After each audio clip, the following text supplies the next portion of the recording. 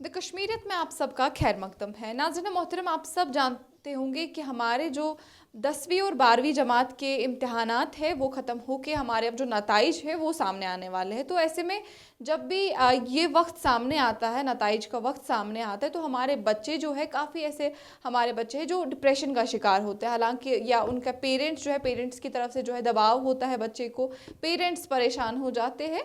तो हमने ऐसा भी देखा है पिछले कुछ सालों से, जब हमारे यूपीएससी के नताइज सामने आए, नीट के नताइज सामने आए, 10वीं 12वीं के नताइज सामने आए, तो सुसाइड के जो केसेस हैं उनमें इजाफा देखने को मिलता है। तो इसी सब को लेके हमारे साथ मौजूद है डॉक्टर मसूद साहब, जो क्लिनिकल साइकोलॉजिस्ट हैं। उनसे हम तफसीलन इस बारे में बातचीत करना चाहेंगे। डॉक्टर साहब, आपका खैर मकदम है कश्मीरियत में।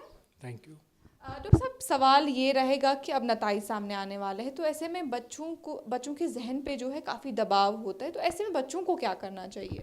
बिल्कुल ये बहुत ही एक क्रिटिकल सिचुएशन होती है हर एक बच्चे के लिए। इनफैक्ट जब वो एग्ज़ाम ख़त्म होता है उसके बाद जो पीरियड रहता है जब तक रिज़ल्ट आता है, ये सारा ही एक एंग्शियस पीरियड रहता है एक बच्चे के लिए। इनफैक्ट जब उसको पता होता है कि मैं शायद अच्छा परफॉर्म नहीं किया हूँ, लेकिन वो घर वालों को नहीं बता पाता है, उस तरीके से ये ज़्यादा ही उसके लिए एंग्शियस होता है। कुछ ऐसे भी बच्चे होते हैं।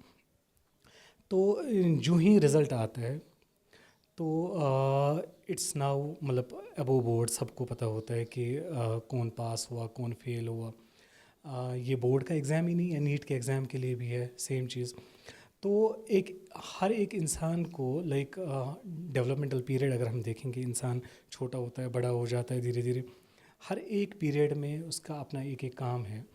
तो यहाँ पे एक स्टूडेंट का काम होता है सिर्फ कि वो पढ़ाई करे, वो अपने करियर को चूज़ करे, अपने करियर में आगे बढ़े। तो ये एक सेंस ऑफ फेलियर देता है एक बच्चे को। इसके साथ होपलेसनेस आती है, हेल्पलेसनेस आती है, बहुत ही सैड हो जाता है ये बच्चा। इनफैक्ट अगर उसको पता भी होगा कि मैं मेरे अच्छा एग्ज़ाम नहीं गया है और मैं फ़ेल हो जाऊंगा, तो जो ही रिज़ल्ट आता है उसके बाद वो सैडनेस डबल हो जाती है। Sometimes it becomes a clinical depression. और कुछ कुछ कभी कभी बहुत उल्टे ख्याल भी आते हैं कि इंसान सोचता है कि मतलब बहुत ही नेगेटिव ख्याल आते हैं उस तरीके से। तो ये बहुत ही क्रिटिकल सिचुएशन है एक बच्चे के लिए। ओब्वियसली माँ बाप भी वेट कर रहे होते हैं कि रिज़ल्ट आएगा तो हम भी देखेंगे कि बच्चा कहाँ है, उसका प्रोग्रेस कहाँ है। उनने भी अपनी उम्मीदें लगा रखी होती है, तो उनको भी एक धक्का लगता है। कभी कभी उनको पता नहीं होता बच्चा हमारा कहाँ है in terms of educational achievements. तो एक स्ट्रेस उनको भी हो जाता है। तो ये एक बहुत ही स्ट्रेसफुल सिचुएशन होती है। डॉक्टर साहब, हम देख रहे हैं पिछले कुछ टाइम से पहले ऐसा नहीं था। मेडिकल, नॉन मेडिकल, नीट या यूपीएससी के एग्ज़ाम्स हैं, बच्चों को फोर्स किया जाता है कि आप ये पढ़ें।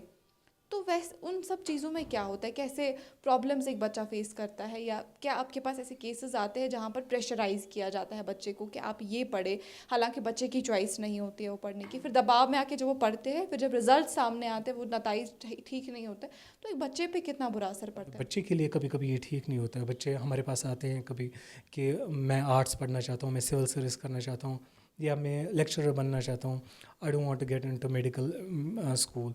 तो उन बच्चों के लिए ये एक स्ट्रेसफुल सिचुएशन होती है।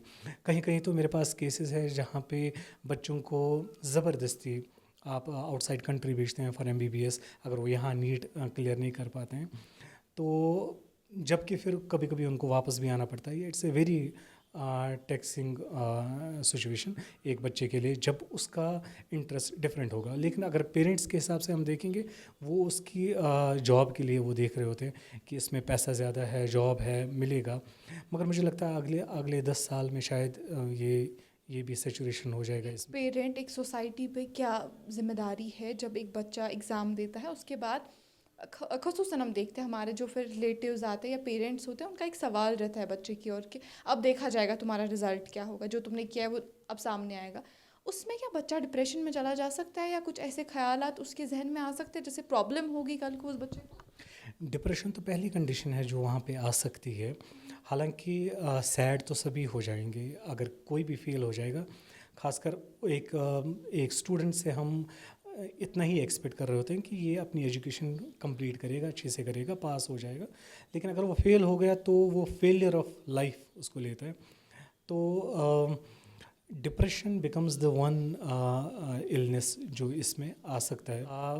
बहुत सारे लोग आते हैं या पूछते हैं माँ बाप को या बच्चे को कि चे क्या दिल गई, चे क्या गो फेल, चे क्या पुरुत से असल स्टूडेंट हो क्या हुआ, क्या प्रॉब्लम हुई। तो मुझे लगता है यहाँ पे एक बच्चे को कवर करना चाहिए, माँ बाप उसके कवर करने चाहिए यहाँ पे, बिकॉज अगर हम इसको फेलियर इन लाइफ ले रहे, जैसे बच्चा ले रहा है फेलियर इन लाइफ, और एज ए पेरेंट अगर हम भी वैसे ही ले लेंगे तो मुझे लगता है कि हम बच्चे को बहुत ही गलत सीख दे रहे हैं। क्योंकि एजुकेशन तो एक छोटा डोमेन है, एक पूरी ज़िंदगी के जो ज़िंदगी होती है एक इंसान की, हालांकि एक इम्पॉर्टेंट डोमेन है इस वक्त एक बच्चे के लिए।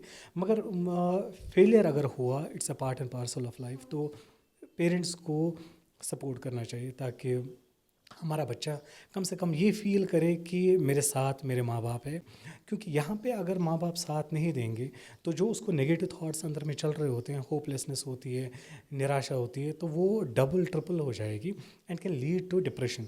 एंड अगर डिप्रेशन आ गया तो एक सिम्टम होता है, बहुत कॉमन सिम्टम डिप्रेशन का इज़ सुसाइडल थॉट्स। और यही रीज़न बनता है कि बच्चे के पास कभी कभी कोई और रास्ता नज़र नहीं आता, जबकि पूरी ज़िंदगी पड़ी होती है सामने। और मुझे लगता है कि अगर एक साल और वो मेहनत करेगा तो आराम से वो कर पाएगा। सेम नीट में भी हम करते हैं, लाइक अगर बच्चा पहले साल नीट नहीं कर पाया तो माँ बाप उसको यहाँ पे यहीं से इनक्रेज करते हैं कि नहीं कोई नहीं, तुम करो, इस साल हो जाएगा, तो बच्चा फिर से लड़ने के लिए तैयार होता है। तो same should happen with the board exams. तो जब भी नताइज सामने आने वाले होते हैं तो सोसाइटी का काफ़ी प्रेशर होता है, घर वालों का काफ़ी प्रेशर होता है, तो इसे हैंडल कैसे करना है वो सब हमने जानने की कोशिश किया। बने रहते कश्मीरियत के साथ, दीजिए इजाज़त, अल्लाह हाफ़िज़।